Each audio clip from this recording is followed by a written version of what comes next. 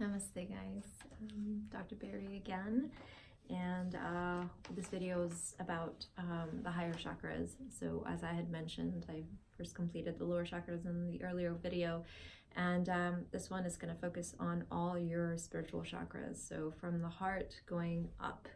And as I said, I give a lot more importance to the lower chakras in this 3D world. That's what we need to balance the most.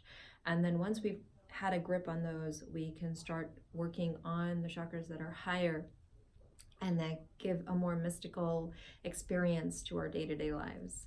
And so starting with the heart chakra, which is your mystical heart chakra that's located in the area of not your anatomical heart, but kind of in the area of your chest. And it's, how there's always this saying that don't listen to your heart, listen to your mind, because it's more logical and the heart is always blind. But this is your spiritual heart, and we're talking about the heart that is where you find unconditional love for yourself and unconditional love for others. And we talked a little bit about the difference between unconditional love and love that's more of an attachment.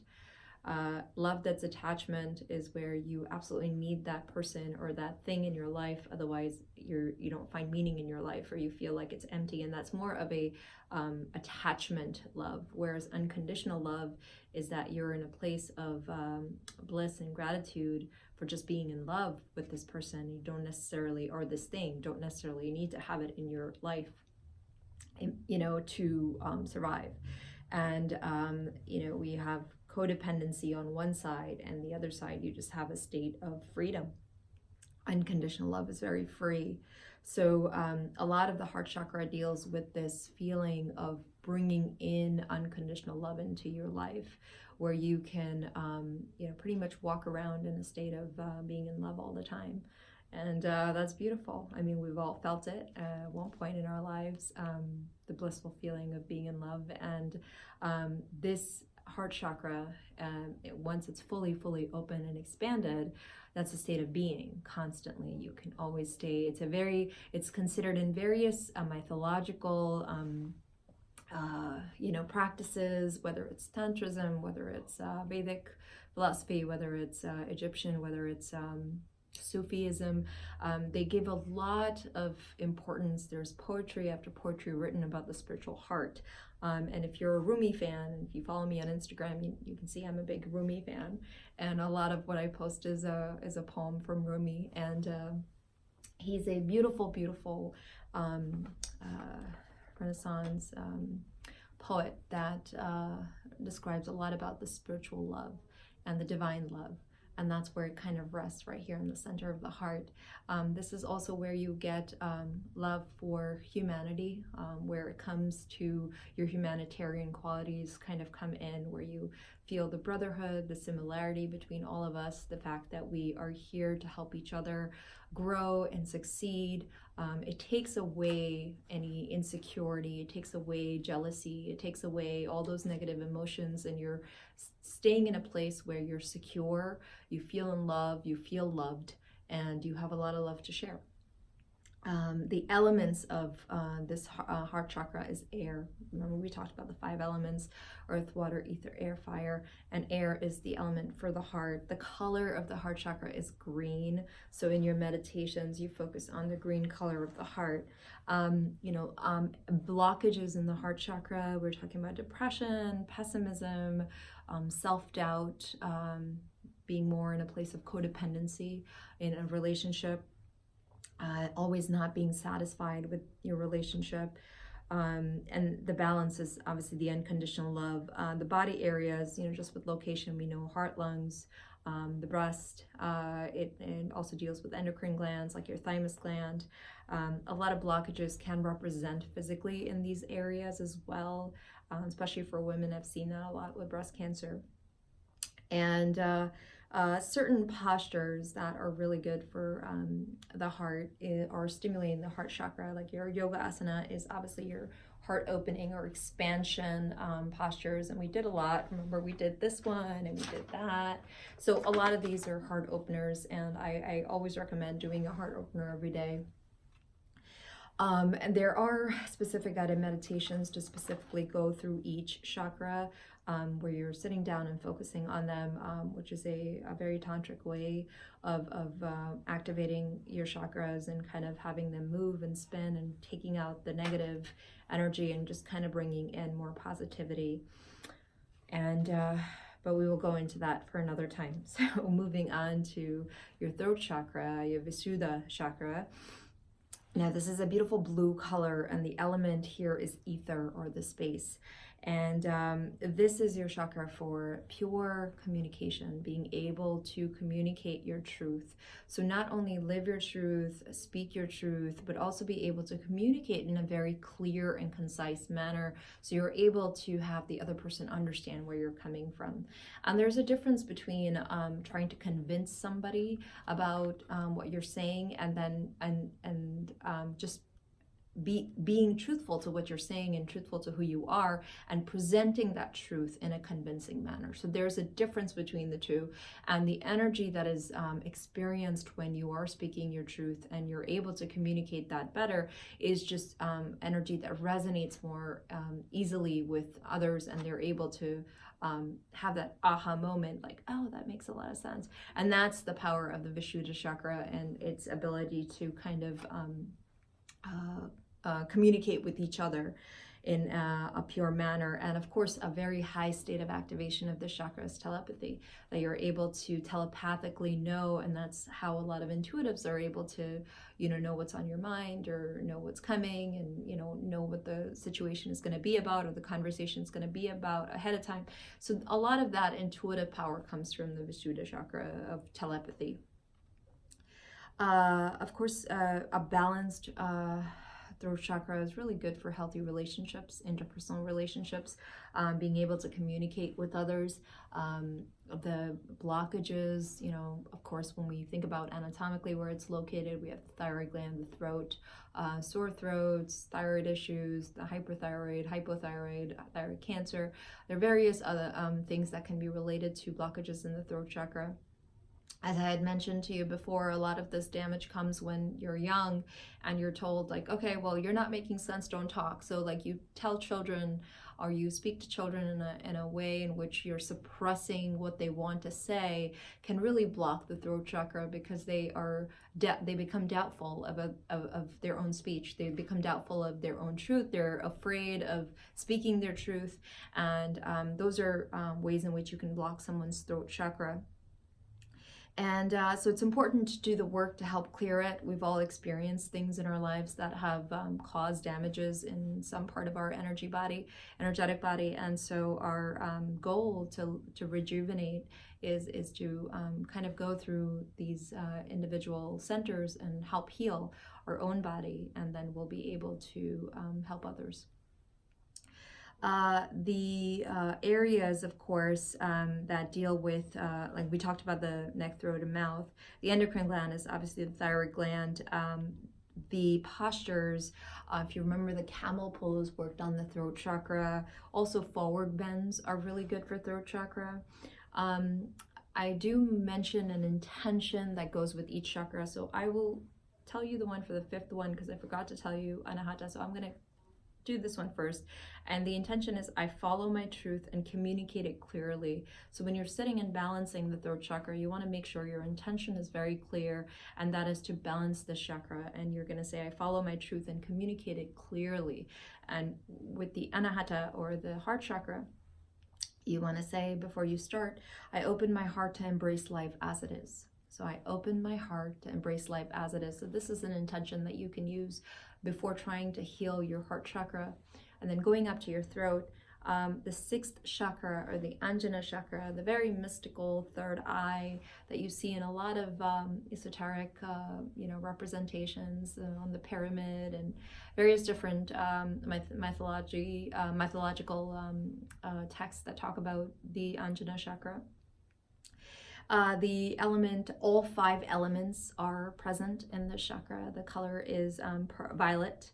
The basically the main balance or the power of this chakra is the ability to stay calm and focused and very single-minded, very clear about what they want with life, have definitely intuitive ability. You start seeing the truth as it is. A lot of times, and I always say this, a lot of times when your third eye is getting activated, it's not very pleasant, because you start seeing the truth for what it is, and you start seeing your relationships for what they are, and the communications that you're having with other people and what that's doing to your own body or your own energy. It starts becoming more and more clear. So initially it's the ugly truth, and then it becomes the real truth, and then you start respecting what you're seeing, and you're starting to become very clear and focused about how you want to navigate through your life and navigate through the issues that are coming forth. So the problems that are related to the blockages of the third eye is obviously not feeling clear about which direction you're heading, always being in doubt, always feeling that you're not feeling anxious and not focused, not being able to trust your own intuition a lot. And the location, as I was describing in the lecture, of the pineal gland is of the third eye is right where the pineal gland is located. And I was mentioning that between the pineal gland, the pituitary, and the hypothalamus, it's almost like this, it's called this triangle, the crystal palace. And a lot of times when you do guided meditations that are energy-based meditations, and even when we do meditations here at Be Mind Body Skin for clients, they're very personalized, but it's about taking you to that crystal palace within your brain or within your mind, where you are centered and you're focusing on your third eye. So it's also called a pineal gland activation, and it's DMT is the chemical that's released from the pineal gland, and it has various effects on the body, not just giving you the ability to see beyond what the physical is, but also being able to have more stronger control over your senses, a depth perception when it comes to colors, and being able to hear things. And so it brings in the abilities of a clairvoyant. So a lot of times when you have mediums and people who can communicate, or psychics, they're able to do a lot of these things because of an activated third eye chakra. Now your seventh chakra, the Sahasrara chakra, the crown chakra, is your ultimate chakra to create unity consciousness. That is like all your chakras are aligned in the single tube in the back of your spine, and you imagine like a ray of light going right from your Sahasrara chakra all the way down, piercing each of the chakras down to your root chakra. And so the entrance is right at the Sahasrara, and it is considered, a lot of times it's depicted as a 1,000-petaled lotus. And for various different traditions, you consider that as 1,000 gods and goddesses, or angels, or divine guides, or your guides. And it's just basically that many people you can call upon to help heal and help channel your energy. So that's the seventh chakra. The color is usually like a crystal. Sometimes they're depicted as purple, sometimes it's more of a white light. And it's associated with Anandamaya Kosha, which is your blissful body. And when it is fully balanced or open, you have definitely the ability to feel very, very connected to divine energy, very, very blissful, extremely connected to everything around you, very harmonious, and very powerful, because this is a chakra in which you can create your own reality. And the issues of it being blocked is obviously feeling separate. So this dualism that you feel that God is separate from you, or you're just I'm just a man, I'm not God. That consciousness is a consciousness of duality, seeing yourself separate from others, or seeing yourself separate from God, and that is duality consciousness, which happens when the Sahasrara chakra is not open. And when we do work on the Sahasrara chakra, and that can be different, you know, everyone's journey is different, and different incidences can or experiences can activate one chakra over the other. And if it is the Sahasrara chakra for you because you've worked on the other chakras unknowingly or knowingly, and congratulations, it's a very, very powerful chakra to activate. You definitely develop a lot of, you know, spiritual gifts and powers that are, you know, you think about the yogis, the very powerful yogis that can manifest, and this is where the power of manifestation comes in with the Sahasrara chakra as well. The endocrine gland associated with it is, again, the pineal gland. And health problems, like I said, separation or duality consciousness, where you feel separate from the source and you feel like you are, you know, you have to do something to connect to God, as in like you have to go to the temple, go to church. And I mean, it's just duality consciousness where you feel like you're separate. Certain postures that are really good for Sahasrara chakra is the posture of inversion, and sometimes just also like not just the inversion ones. You can also think about like forward bends, because anything that's bringing you to see the world upside down is activating your Sahasrara chakra. You're seeing the truth for what it is. You're seeing it upside down in a new way, in a new light, and those are